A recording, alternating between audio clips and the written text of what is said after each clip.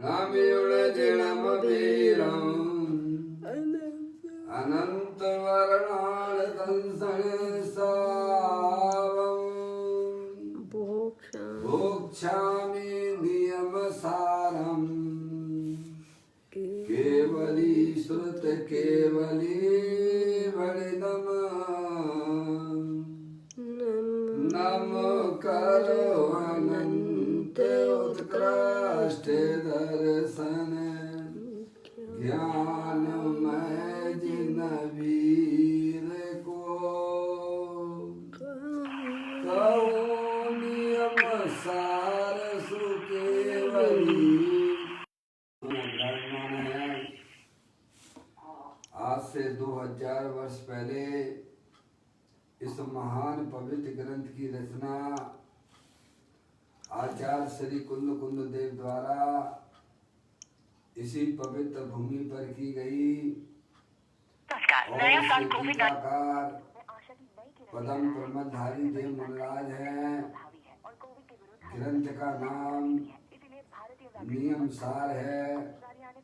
नियम से करने उपकार अपनी आत्मा में सम्यक दर्शन सम्यक ज्ञान सम्यक चारित्र रूपी निर्मल पर्याय पवित्र पर्याय मोक्ष मार्ग रूपी पर्याय को प्रकट करना, क्योंकि वह पर्याय स्वयं ही सुख स्वरूप है और अनंत सुख का कारण भी है। अनादि काल से हमारे आपके आत्मा में पर को अपना जानने वाली, पर को अपना मानने वाली, पर के साथ संबंध रखने वाली ऐसी मोहराग देश रूपी मलिन पर्याय अपवित्र रूप पर्याय प्रकट है, जो स्वयं दुख स्वरूप है और अनंत दुख का कारण भी है। ऐसी मूराग देश रूपी मलिन पर्याय का अपनी आत्मा में से उस पर्याय का अभाव करना और सम्यक दर्शन ज्ञान चारित्र रूपी निर्मल पर्याय पवित्र पर्याय मोक्ष मार्ग रूपी पर्याय को प्रकट करना। ऐसे कार्य की प्राप्ति जनवाणी माता के द्वारा अपने आत्मा के स्वरूप को पहचानना, अपनी जो आत्म वस्तु है वह परद्रव प्रभाव और पर्याय से विभिन्न एकमात्र अखंड ज्ञान ज्योति स्वरूप है। ऐसे गायक प्रभु परमात्मा का माँ जनवाणी माता के द्वारा परिचय करके तत्पश्चात शरीर रागादि ये सब कर्मकृत वस्तुएं हैं, इनका हमारे आत्मा के साथ में किसी भी प्रकार का कोई संबंध नहीं है। इस प्रकार सम्यक विज्ञान पूर्वक शरीर रागादि का लक्ष्य छोड़ के अंतरोन्मुखी उपयोग के द्वारा अपने गायक प्रभु परमात्मा में अपनापन स्थापित करना, उसी को ही निज रूप से जानना और उसमें ही अपनी वर्तमान पर्याय को मग्न कराना, उसे ही अरिहंत परमात्मा ने धर्म कहा है। उसकी चर्चा आचार्य भगवंतों ने मुनिराजों ने एक एक गाथा उसकी टीका और कलश के माध्यम से हमें अपने आत्मा के स्वरूप को यहाँ पर समझाया है। देखिएगा, यह परम आध्यात्मिक ग्रंथ श्री नियम सार जी का स्वाध्याय हम और आप सब कर रहे हैं। पद्मांटी को बोल दो। इसका 7वां अधिकार चल रहा है, परम आलोचना अधिकार। इसके अंतर्गत 110वें नंबर की गाथा हम और आपने स्वाध्याय किया, उसकी टीका को भी पढ़ा पूज्य गुरुदेव श्री के द्वारा, उसका स्पष्टीकरण भी अपन ने यहाँ पढ़ा। अब यहाँ पर गाथा पूर्ण होने के बाद पद्म प्रमलधारी देव मुनिराज ने 2 कलश यहाँ पर लिखे हैं, उसकी चर्चा अपन यहाँ प्रारंभ करते हैं। 160वें नंबर का कलश का पाठ करते हैं। है आत्मनिष्ठ परायण जो मूल उनकी मुक्ति का, जो सहज अवस्था रूप पुण्य पाप एकाकार है, जो शोध है नित्य शोध एवं सरस से भरपूर है, जयवंत पंचम भाव है जो आत्मा का नूर है।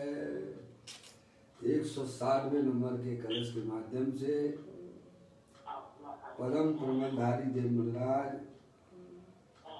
यहाँ पर हमें यही समझाना चाहते हैं कि अपनी जो आत्म वस्तु है आत्मनिष्ठ परायण जो मूल उनकी मुक्ति का, जो अपनी आत्मा में अपनी पर्याय को स्थित करते हैं, आत्मनिष्ठ परायण है आत्मनिष्ठ परायण जो मूल उनकी मुक्ति का, जो जीव अपनी पर्याय को अपनी आत्मा में स्थित करता है, ऐसे समस्त मुनियों को मुक्ति का मूल है। क्या समझे ना? मुक्ति का मूल क्या है? आत्मनिष्ठ, अपनी पर्याय को अपने ज्ञायक प्रभु परमात्मा में स्थित करना, वही वास्तव में मुक्ति का मूल है। समझे ना आप? और ऐसा काम समस्त मुनिराज करते हैं। आप कहते हैं आत्मनिष्ठ परायण जो मूल उनकी मुक्ति का, जो सहज अवस्था रूप पुण्य पाप एकाकार हैं। समझे? जो आत्मनिष्ठ परायण आत्मस्थित समस्त मुनियों को मुक्ति का मूल है, और वह सहज अवस्था रूप जो अपनी पर्याय को अपने ज्ञायक प्रभु परमात्मा में स्थित करते हैं, उनकी पर्याय में समता वितरा भाव की उत्पत्ति होती है। और वह अवस्था सहज अवस्था कहलाती है। क्या? जो अपने उपयोग को निरंतर अपने ज्ञायक प्रभु परमात्मा में स्थित हो रही है, वह उसकी सहज अवस्था कहलाती है। क्या? यानी पर्याय का अपने ज्ञायक प्रभु परमात्मा में स्थित होना, क्या वह आत्मा की सहज अवस्था है। उपयोग का इधर उधर परद्रव्यों में लगाना वह असहज अवस्था है, क्योंकि उपयोग है तो अपने ज्ञायक रूप परमात्मा का, अनादि अनंत एक रूप रहने वाली वस्तु है। उसको परद्रव्य का लक्ष्य करके वो पर्याय का असहज बना है। समझे आप? सहज अवस्था कब होती है पर्याय में? जब आत्मा की पर्याय स्वयं ज्ञायक प्रभु परमात्मा का आश्रय लेकर वर्णन करे, उस अवस्था का नाम सहज अवस्था है। क्या समझ लेंगे आप? तो यही यहाँ समझाना चाहते हैं, है आत्मनिष्ठ परायण जो मूल उनकी मुक्ति का कारण है, जो सहज अवस्था रूप पुण्य पाप एकाकार है। जो आत्मनिष्ठ परायण आत्मस्थित समस्त मुनियों को मुक्ति का मूल है वह, और जो एकाकार है अर्थात सदा एक रूप है। कैसा है? तीनों काल एक रूप रहने वाला ज्ञायक प्रभु परमात्मा है, शरीर का कोई भी संयोग मिलता हो, कैसा भी शरीर का संयोग हो, लेकिन चैतन्य वस्तु ने अपने एकाकार को कभी छोड़ा नहीं है। समझेंगे आप? पर्याय में कैसा भी परिणमन होता रहे, लेकिन वस्तु अपने एकाकार को कभी छोड़ती नहीं है।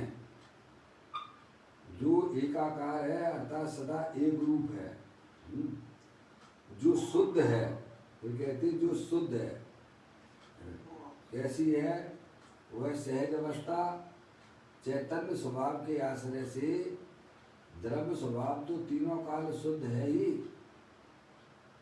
द्रव्य स्वभाव अपने जो चैतन्य वस्तु है वह तीनों काल शुद्ध है, पर द्रव्य, पर भाव और पर्याय से भी भिन्न है। वह अपनी चैतन्य वस्तु शुद्ध, शुद्धता का हेतु क्या दिया था? पर द्रव्य से भिन्न है और अपने भावों से अभिन्न है, वह द्रव्य की शुद्धता है। क्या शुद्धता दो प्रकार की होती है। एक द्रव्य की शुद्धता होती है और एक होती है पर्याय की शुद्धता। पंडित टोडरमल जी साहब ने निश्चय भाषी के विवरण में दो प्रकार की शुद्धता का ज्ञान कराया। एक द्रव्य की शुद्धता और एक पर्याय की शुद्धता। द्रव्य की शुद्धता क्या है? मम्मी आवाज आ रही बराबर? आवाज आ रही हुई है? सभी को ठीक आ रही है आवाज? हाँ हाँ आएगी आएगी, देखो आएगी। कौन ज्योति के बोल रही है? आवाज साफ नहीं आ रही है, थोड़ा ये खोल दो, नेटवर्क साथ कोई प्रॉब्लम हो समझ में आ। वो भी खिड़की में थोड़ा खोल दो। देखिएगा पंडित टोडरमल जी साहब ने शुद्धता के बारे में निश्चय भाषी के पुस्तक में बात समझाई थी कि शुद्धता दो प्रकार की होती है। एक द्रव्य की शुद्धता होती है और एक पर्याय की शुद्धता होती है। द्रव्य की शुद्धता पर द्रव्य से भिन्न और अपने भावों से अभिन्न, यह द्रव्य की शुद्धता तीनों काल विद्यमान वस्तु है। क्या अपने भावों से भिन्न में क्या लेना? अपने गुण लेना। जैसे सोने का भाव क्या है बाबा? सोने का भाव क्या है? पीलापन। हाँ, मम्मी बोल रही है पापा को वो याद आ रहा होगा, सोने का भाव 43,000 रुपये तोला है। क्यों पापा? हाँ ये बात भी सही है कि सारा सोना दे दिया मम्मी को, है समझ में आया? सोने का ये भाव नहीं है। भाव वह कहलाता है, उसके गुण कहलाते हैं, उसके भाव। सोना जैसे पीला है, चिकनापना है, ये सोने का भाव कहलाता है। वह उसके गुणों को कहते हैं भाव। समझेंगे आप? तो कहते हैं शुद्धता किसे कहना? परद्रव्य से भिन्न और अपने भावों से अभिन्न, यह द्रव्य की शुद्धता है। अपना जो आत्म वस्तु है वह शरीर आदि परद्रव्यों से तो भिन्न है और अपने ज्ञान आदि अनंत शक्तियों सहित तीनों काल विद्यमान है। यह द्रव्य की शुद्धता तीनों काल विद्यमान है। समझ में आया? इस शुद्धता में कभी मिलावट होती नहीं है। समझेंगे आप? यह शुद्धता तीनों काल कायम रहती है। यह द्रव्य की शुद्धता कहलाती है। क्या? और पर्याय की शुद्धता क्या बताई? औपाधिक भावों का अभाव, ये पर्याय की शुद्धता है। क्या? औपाधिक भावों का अभाव, ये पर्याय की शुद्धता है।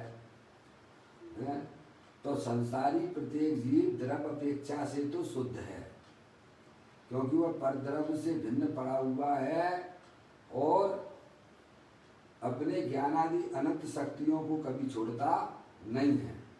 यह द्रव्य की शुद्धता तीनों काल तीनों काल विद्यमान है। और ऐसी शुद्धता को जो जीव जानता है, क्या ऐसी शुद्धता को जो जीव जानता है, उसका लक्ष्य करके, जानने का मतलब लक्ष्य करके है, अपना मानता है, उसकी पर्याय में भी शुद्धता प्रकट हो जाती है। क्या पर्याय में जो औपाधिक भाव चल रहे हैं, जो मोर आदेश के परिणाम, वे सब औपाधिक भाव है। संसारी जीवों की पर्याय में अशुद्धता चल रही है, औपाधिक भावों का प्रभाव चला आ रहा है अनादि से। कब से? अनादि से। अब उस पर्याय में जो अशुद्धता चल रही है, उस अशुद्धता का अभाव कैसे होगा? तो ज्ञानी कहते हैं जो शुद्ध जाने आत्म को, वह शुद्धता को प्राप्त हो। क्या? जो शुद्ध जाने आत्म को, जो अपने आप को चैतन्य वस्तु रूप से जानता है, मानता है कि शरीर है सो मैं नहीं हूँ, मैं तो जानने देखने वाली अखंड ज्ञान ज्योति स्वरूप वस्तु हूँ। ऐसा जो अपनी चैतन्य वस्तु का लक्ष्य करके अपनापन स्थापित करता है, अंतर्मुखी उपयोग के द्वारा अपने आप को चैतन्य रूप से अनुभव करता है, अब उसकी पर्याय में भी शुद्धता प्रकट हो जाती है। क्या? उसे कहते हैं पर्याय की शुद्धता। तो यहाँ कहते हैं जो शुद्ध है, कैसी है? जो शुद्ध है, नित्य शुद्ध एवं स्वरूप स्वरस से भरपूर है। चैतन्य वस्तु तीनों काल शुद्ध स्वरूप है, समझे? उसमें कभी भी मिलावट होती नहीं है। समझ रहे आप? जैसे आपने जो है ठंडाई बनाई,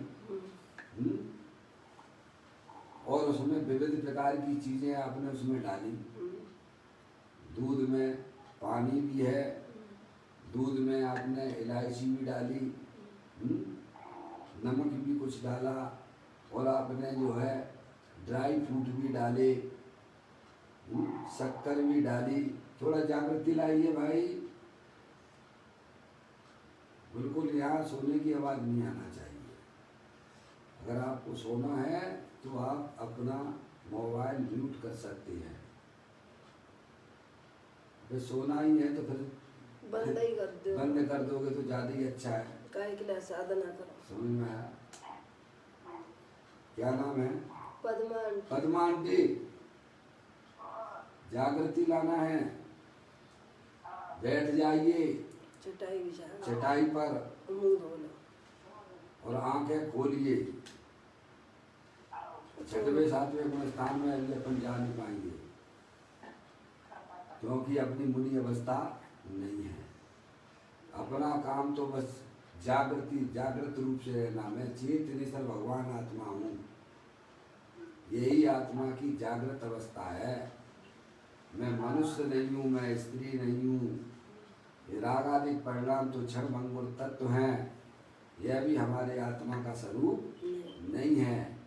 ऐसी चैतन्य जागृति आती है, वह कर्मों की धज्जियाँ उड़ जाती हैं। समझ में आया? सीधे सिद्ध भगवान के दर्शन होते हैं, सीधे डायरेक्ट। कैसे? घर बैठे सिद्ध भगवान के दर्शन होते हैं। जिसकी पर्याय में जागृति होती है, उसको सीधे सिद्ध भगवान के दर्शन होते हैं, सीधे डायरेक्ट। क्या कहा भाई साहब? बात समझ में आ रही है?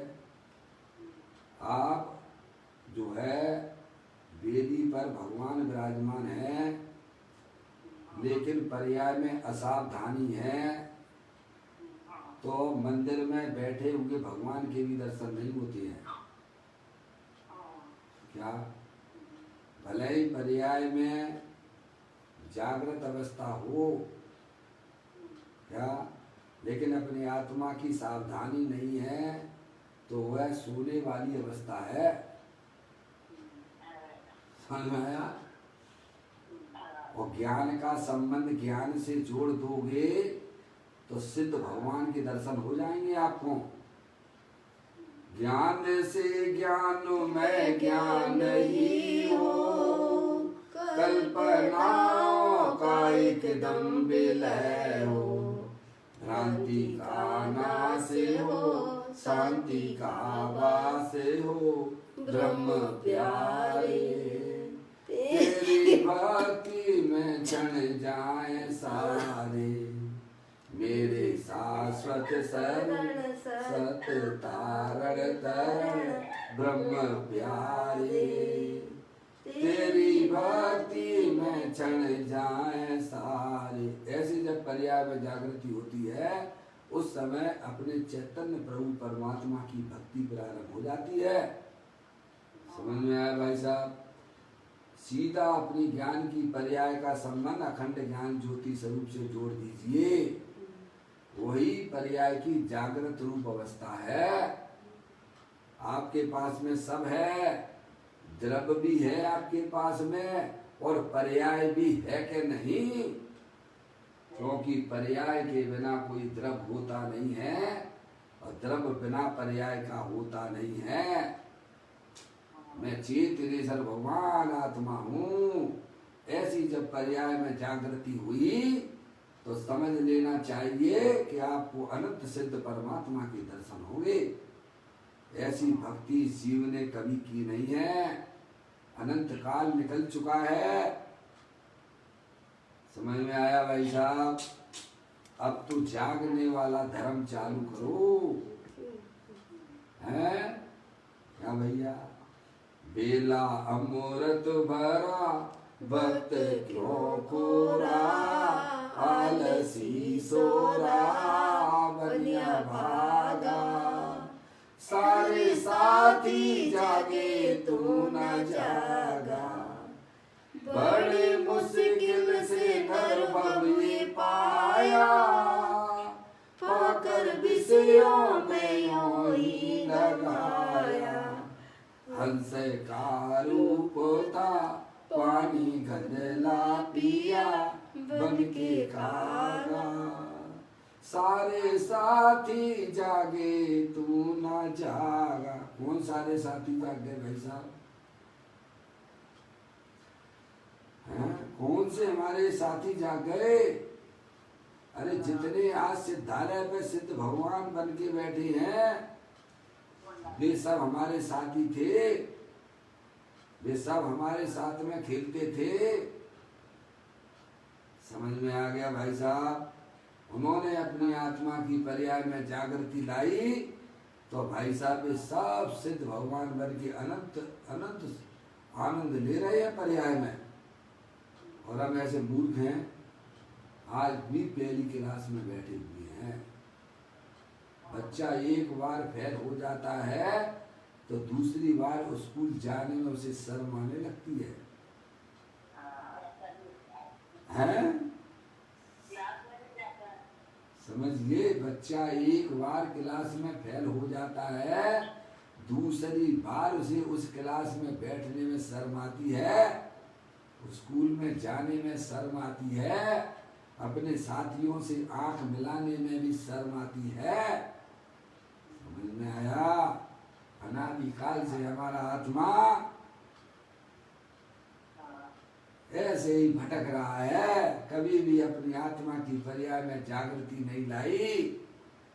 अरे प्रभु अरिहंत परमात्मा मिले, उनका समागम मिला, माँ जनवाणी माता मिली। अब तो जाग जाने की नाम है भैया, जाग जाइए, जागृति लाइए। और जागृति उसे कहते हैं कि मैं चेतनेश्वर भगवान आत्मा हूँ, मैं मनुष्य नहीं हूँ, मैं स्त्री नहीं हूँ। मैं एकमात्र अखंड ज्ञान ज्योति स्वरूप हूँ। ऐसे अपने आत्मा को स्वीकार कीजिए, वही वास्तव में आत्मा की जागृत रूप अवस्था है। तो यहाँ कहती है जो शुद्ध है, कैसी है वह चैतन्य वस्तु? जो शुद्ध है, नित्य शुद्ध है, दो है, शुद्ध है, जो शुद्ध है और नित्य शुद्ध है। कैसी है चैतन्य वस्तु? नित्य शुद्ध है, हमेशा शुद्ध है, उसमें मिलावट नहीं हो रही है, कभी होगी भी नहीं। ऐसी चैतन्य वस्तु देह देवल में विराजमान है, पर द्रव्य से भिन्न है और अपने अनंत गुणों से तीनों काल विद्यमान है। समझ गए आप? ऐसी चैतन्य वस्तु को जो पर्याय स्वीकार करती है उसकी पर्याय में भी वो है जो शुद्धता प्रकट होने लग जाती है। ये है शुद्धता प्रकट करने का। क्या? जो चैतन्य वस्तु को स्वीकार करता है कि मैं मनुष्य नहीं हूं, मैं स्त्री नहीं हूं, शरीर को ना देखो, शरीर तो अनंत पुद्गल परमाणुओं का पिंड है। क्या है? अनंत पुद्गल परमाणुओं का पिंड है, जड़ है। इसके पीछे देखिएगा, इसके पीछे देखो, अखंड ज्ञान ज्योति स्वरूप भगवान आत्मा सिद्ध भगवान जैसा विराजमान है। समझिए आप, जो ऐसी शुद्धता को अंतर्मुखी उपयोग के द्वारा स्वीकृत करता है, उसकी पर्याय में भी शुद्धता प्रकट हो जाती है। क्या? जो शुद्ध जाने आत्म को, वह शुद्धता को प्राप्त हो। जहाँ पर्याय का लक्ष्य आश्रय त्रिकालिक ध्रुव भगवान आत्मा हुआ, वहाँ पर्याय में शुद्धता जो द्रव्य के अंदर भरी हुई थी, उसकी पर्याय में अभिव्यक्ति हो जाती है। उसे ही अर्यंत परमात्मा धर्म कहते हैं और उसी का नाम आलोचना है, जिसकी चर्चा अपन आप सब कर रहे हैं। जो शुद्ध है, नित्य शुद्ध है। कैसा है? चैन शुद्ध है और नित्य शुद्ध है। नित्य का मतलब हमेशा शुद्ध रहता है, कभी उसमें शरीर की मिलावट नहीं होती है, कभी उसमें रागादिक परिणामों की मिलावट नहीं होती है, जिसमें कभी भी गुण भेद की भी मिलावट नहीं होती है। ऐसी चैतन्य वस्तु तीनों काल शुद्ध है। और कैसी है? स्वरस से भरपूर है। क्या है? कैसी है वह चैतन्य वस्तु? स्वरस से, यानी अपने रस से है। कहे विलक्षण पुरुष सदा मैं एक हूँ, अपने रस से भरो अनादि टेक हूँ। मोय कर्म मम नाय नाय भ्रम खूब है, ज्ञान चेतना सिंधु हमारो रूप है। क्या? कहे विलक्षण पुरुष सदा मैं एक हूँ, अपने रस से भरो अनादि टेक। कैसा हूँ? अपने ज्ञानादि अनंत शक्तियों से भरपूर अपना चेतन भगवान आत्मा है, ऐसा समस्त ज्ञानी जीव कहते हैं कि चैतन्य वस्तु जो है वह अपने ही रस से, अपने ज्ञानादि अनंत शक्तियों से भरपूर है। क्या? ऐसी चेतन वस्तु है, खाली पीली नहीं है। समझ गया? ज्ञान से भरपूर है, आनंद से भरपूर है, वीर से लबालब भरी हुई है। ऐसी चैतन्य वस्तु देह देवल में विराजमान है। तो कहते हैं स्वयं रस से भरपूर है, यानी अपने ज्ञानादि अनंत शक्तियों से भरपूर है। केवल चेतन द्रव्य ही नहीं है, जगत के समस्त पदार्थ अपने गुणों से भरपूर हैं। चूंकि अपने आत्मा की बात चल रही है, इसीलिए कहीं सब आत्मा को मुख्य कर कर ज्ञानी जी कहते हैं कि तेरी चैतन्य वस्तु अपने ज्ञानादि अनंत शक्तियों से भरपूर है। जिस प्रकार से आचार्य अमरचंद देव ने 32वें नंबर के कलश में समय सार जी में यही कहा है, सुख शांत रस से लबालब है, ज्ञान सागर आत्मा, वे ब्रह्म की चादर हटा, सर्वांग पर घट आत्मा। ये भुजन इस लोक के सब एक साथ नहाइए, इसे ही अपनाइए, इसमें ही मग्न हो जाइए। एक विभ्रम रूपी चादर को हटा के फेंक दो कि मैं मनुष्य हूं, मैं स्त्री हूं, ऐसा भ्रम पैदा ना करना। तुम तो चेतनेश्वर आत्मा भगवान आत्मा हो, है? अनादि काल से हमारी आत्मा की पर्याय में ऐसा भ्रम पैदा कर रखा है कि मैं स्त्री हूँ, मैं पुरुष हूँ, मैं शरीर वाला हूँ। जबकि ज्ञानी जीव कहते हैं तू चैतन्य रस से भरा हुआ भगवान आत्मा है, सुख शांति से भरा हुआ है। तू अपने आप को शरीर से ना देख, है? विभ्रम रूपी चादर को हटा दे। कैसे हटा दूं प्रभु? तो कहते सम्यक वेद ज्ञान के द्वारा। क्या के द्वारा? सम्यक वेद ज्ञान। सच्चा ज्ञान करो। तुम चेतनेश्वर हो, तुम स्त्री नहीं हो, शरीर नहीं हो, तुम रागादिक परिणाम वाले वैली भी नहीं हो। तुम तो अपने ज्ञान आदि अनंत शक्तियों से भरपूर सुख शांति से लबालब भरे पड़े हुए हो।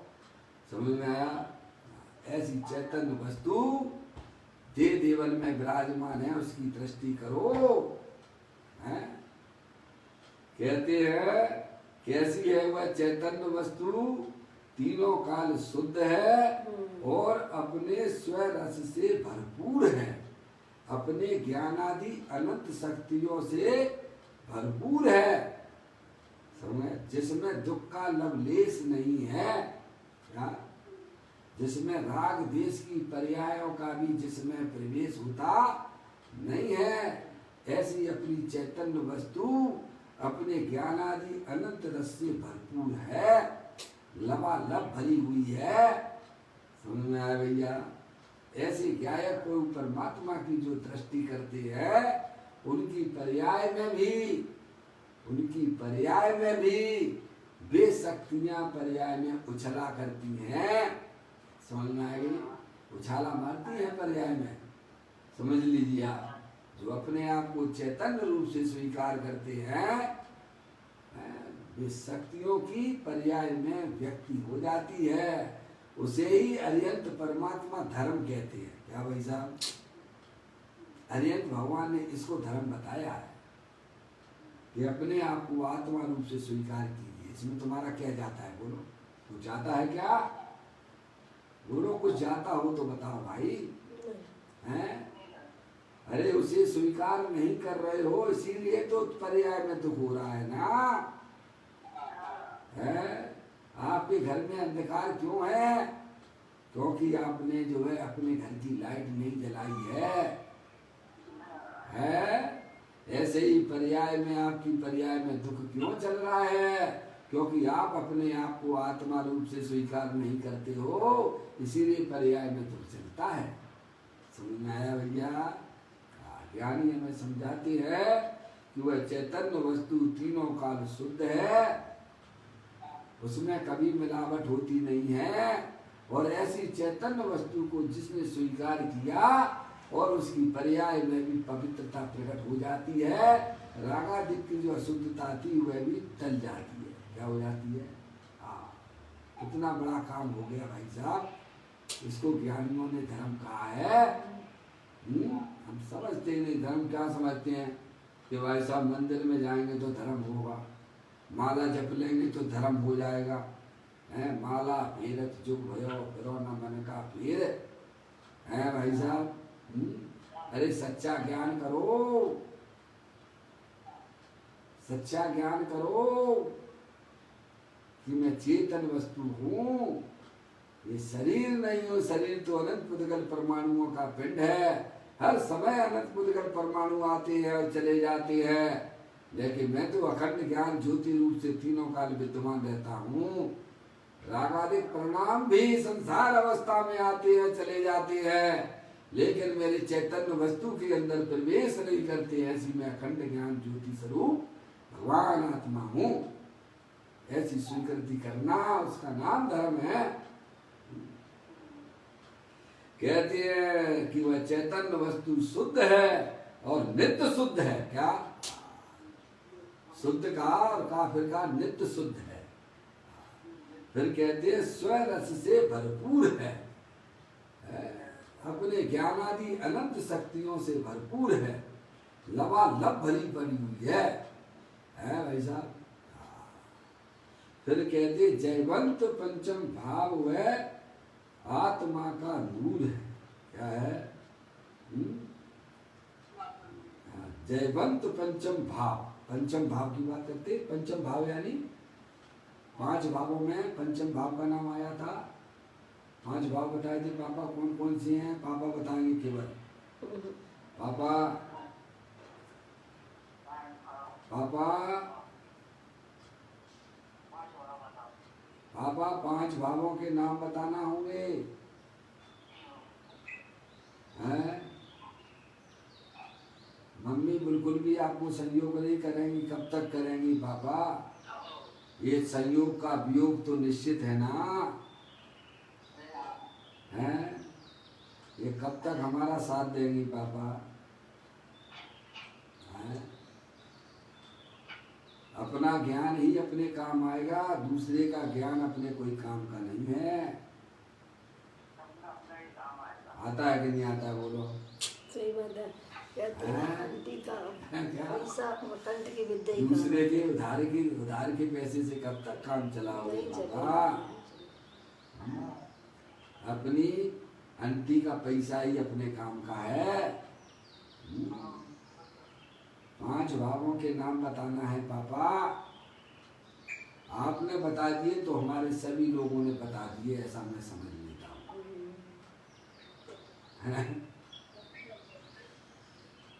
पप्पू भैया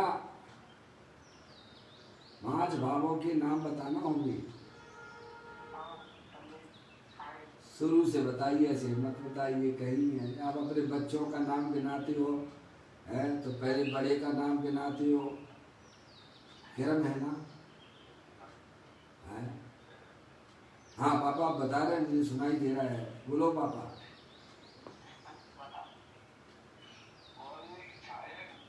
हाँ चलो पापा चलेगा। आपका क्रम भी चल जाएगा पापा, आपके लिए छूट है। औदैहिक भाव, छायिक भाव आपने ठीक बताया, बहुत सुंदर बताया पापा। हाँ हाँ 5 हो गए, मूली पे गिन लिए आपने। औदैहिक भाव, औपसमिक भाव, तीसरे भाव का नाम क्या बताया आपने? वो तो चला गया ना पहले में ही। औदैहिक भाव, औपसमिक भाव, 6 औपसमिक भाव और 6 भाव, और 5वें भाव का नाम बताया था आचार्य भवन में, परम पारणामिक भाव। ये 5 भाव होते हैं, जिसमें से अपन को यह ज्ञान कराया गया था इन 5 भावों में 4 भाव जो प्रारंभ के हैं, औदैहिक भाव, औपसमिक भाव, 6 औपसमिक भाव और 6 भाव। ये 4 भाव जो है पर्याय रूप है। कैसे है? पर्याय में होने वाले भाव है ये। 5 भाव, 4 भाव, 5वां भाव परम पारणामिक भाव। पर्याय किसकी है? द्रव्य की है। किसकी है? द्रव्य। पर्याय के बिना द्रव्य होता नहीं है।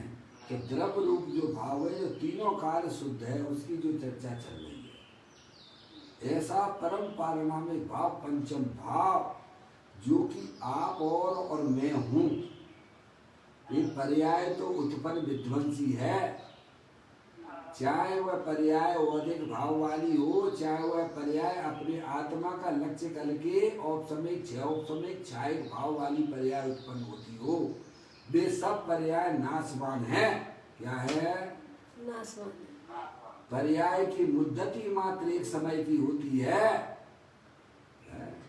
और पर्याय जिसकी है ऐसा त्रिकालिक ध्रुव भगवान आत्मा जो कि स्थायी वस्तु है। समझ में आया?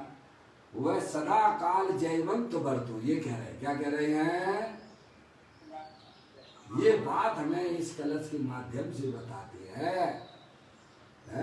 कहते हैं जयवंत पंचम भाव। कौन सा भाव? पंचम परम पारणामिक भाव, त्रिकाल कारण परमात्मा रूप से जो वस्तु विद्यमान है। बताओ वह कब उसका अभाव होता है? बताइए आप। पर्याय का तो बदलाव देखा जाता है, लेकिन वो चैतन्य वस्तु कब नाश को प्राप्त होती है, कब उत्पन्न होती है? बताओ। आप जानने वाले कब नहीं रहते हो? तीनों कौन रहता हैं? जब देखो तो।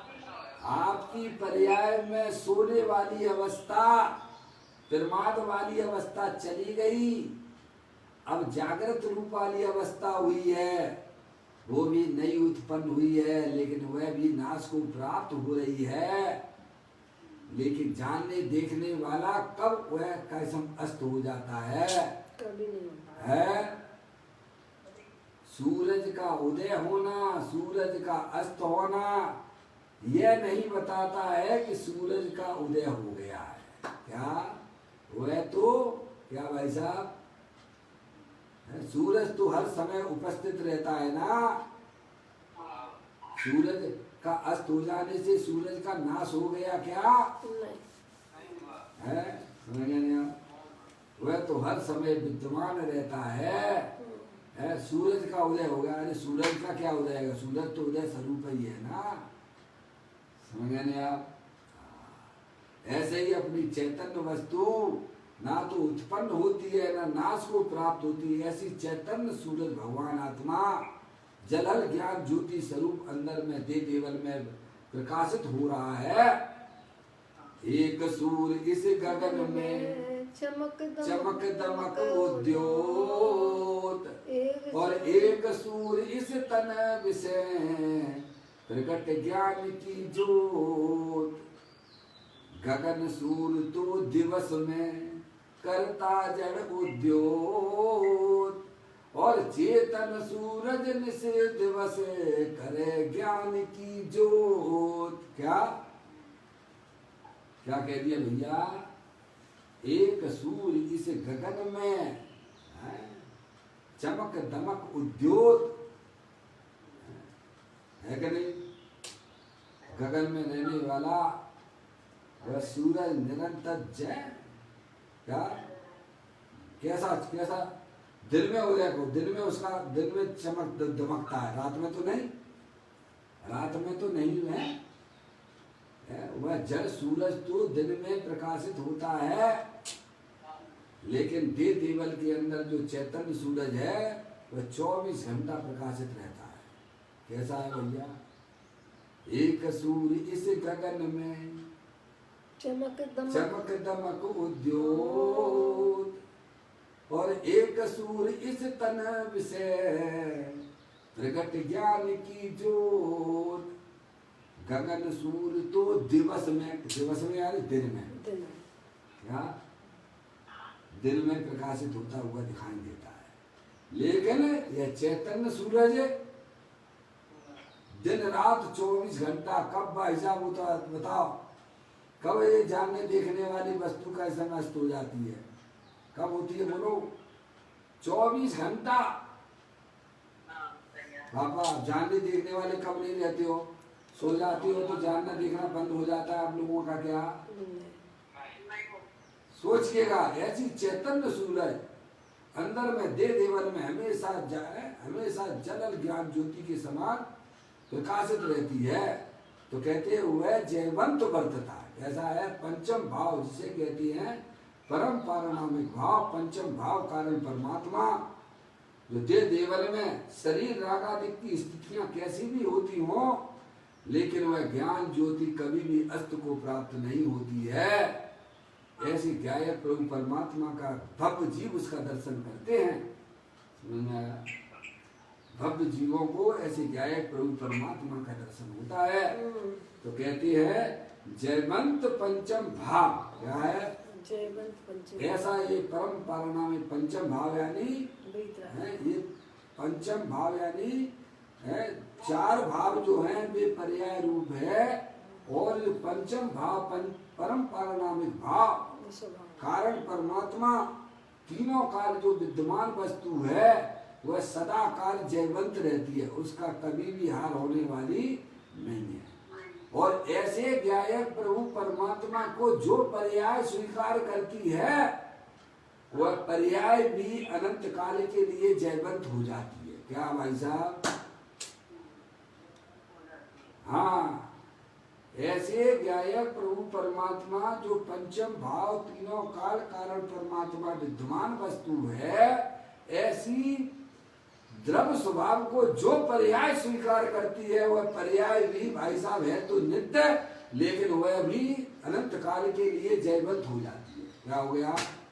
ऐसा कोई स्वरूप है या पर्याय भी अमरता को प्राप्त हो जाता है। जैसे भाई साहब अमृत का पान करने वाला जीव अमरता को प्राप्त होता है ना, ऐसे ही पर्याय है तो नाशवान, लेकिन ऐसे जयवंत प्रभु परमात्मा को जो पर्याय स्वीकार करती है वह नाशवान पर्याय भी सादी अनंत काल के लिए जयवंत वर्तती है। रहिए अनंता अनंत काल यथा तथा शिव पर्णवे। समझ में आया?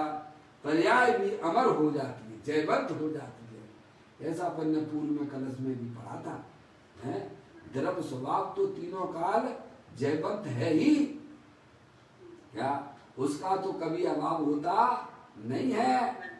पर ऐसी पर्याय ने जैसे तत्व को भाई साहब स्वीकार किया है वह पर्याय भी सादी अनंत काल के लिए जयवंत हो जाती है। समझिए कितना बढ़िया द्रव्य और पर्याय का स्वरूप है भाई साहब। आपके पास में दोनों चीजें हैं, द्रव्य भी आप हो और पर्याय के बिना कोई द्रव्य होता नहीं है। मात्र स्वीकृति करने की बात है, अपने आप को शरीर से ना देखो। मैं तो चेतने सर्वमान आत्मा हूं, जितनी शक्तियां प्रभु के पास में हैं उतनी की उतनी शक्तियां वर्तमान में मेरे पास में भी है। ऐसा अपने आप को जो जीव स्वीकार कर लेता है उसकी पर्याय में भाई साहब पवित्रता प्रकट हो जाती है, भीतरा भाव प्रकट हो जाता है। उसे ही ज्ञानी जो है आलोचना कहती है। क्या? उसी का नाम आलोचना है। समझ में आई? कहती है जयवंत पंचम भाव है वह जो आत्मा का नूर है। क्या? नूर का पूर है। समझे आप? उसकी एक एक जैसे सूरज की किरणों में से एक एक किरण में प्रकाश भरा हुआ है कि नहीं है? सूरज में से जो किरणें निकलती हैं क्या उसमें अंधकार का अस्तित्व है क्या? जैसे सूरज के प्रकाश की किरण में प्रकाश भरा हुआ है, ऐसे ही भगवान आत्मा की एक एक समय की पर्याय में जो पर्याय अपने आप को स्वीकार करती है वह पर्याय में ज्ञान प्रकाश का भंडार निरंतर चालू रहता है। ऐसा भगवान आत्मा है भाई साहब, आत्मा का नूर है। कहते हैं जयवंत पंचम भाव है जो आत्मा का नूर है, अपने प्रकाश से निरंतर ज्ञान प्रकाश से निरंतर शोभायमान हो रहा है। ऐसी चैतन्य वस्तु भाई साहब आप और हम हैं, इसका नाम धर्म है भैया। समझ में आ गए? अपनी चैतन्य वस्तु की जो स्वीकृति नहीं करता है, अपनी चैतन्य वस्तु की जो अपने पर्याय में महिमा नहीं करता है, वह जीव 4 गति 84 लाख योनियों में पर भ्रमण करता हुआ दुखी होता है। जो अपने आप को चेतने से भगवान आत्मा स्वीकार करता है भाई साहब, इतना बड़ा धर्म आपकी पर्याय में प्राप्त हो गया है। जो अनंत काल में आपने नहीं किया था वो काम आपने यहाँ आके कर लिया। क्या कर लिया आपने? अब इसमें क्या जा रहा है? पापा आपका बोलो, पापा क्या जाता है हमारा और तुम्हारा? कुछ भी नहीं। प्रभु ने एक ही तो काम आपको बताया है ना। प्रभु आपने एक गायक बताया, तिहु लोक में नाथ अनुपम बताया। यही रूप मेरा मुझे आज भाया। क्या प्रभु ने क्या बताया भाई साहब? एक ही काम बताया। प्रभु वो भी नहीं करोगे क्या? सही बात है। एक ही काम तो आपको बताया है कि आपने आपको चेतने से भगवान आत्मा रूप से स्वीकार करो, शरीर को ना देखो, ये रागादिक परिणतियों को भी ना देखो, क्योंकि ये सब उत्पन्न विध्वंसी हैं।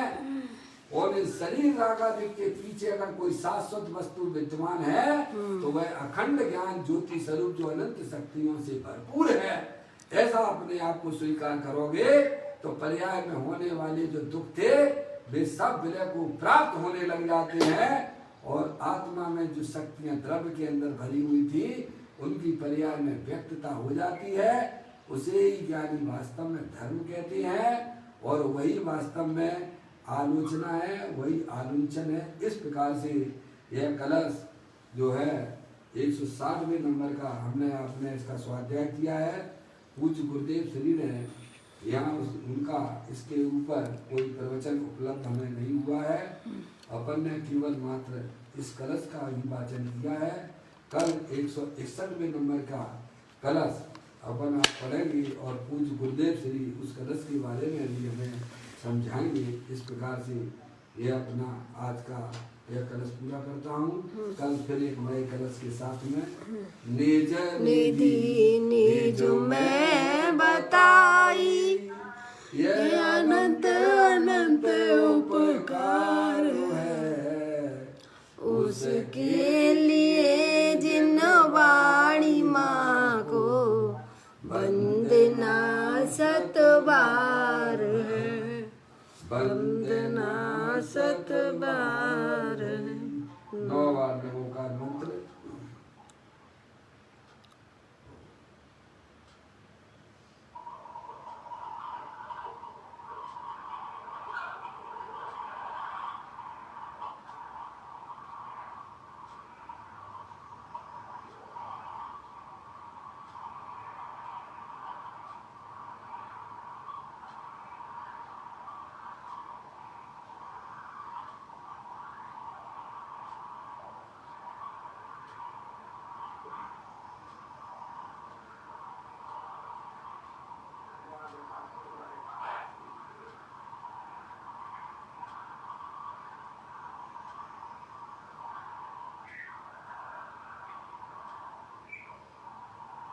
बोलो जिनवाणी माता की जय।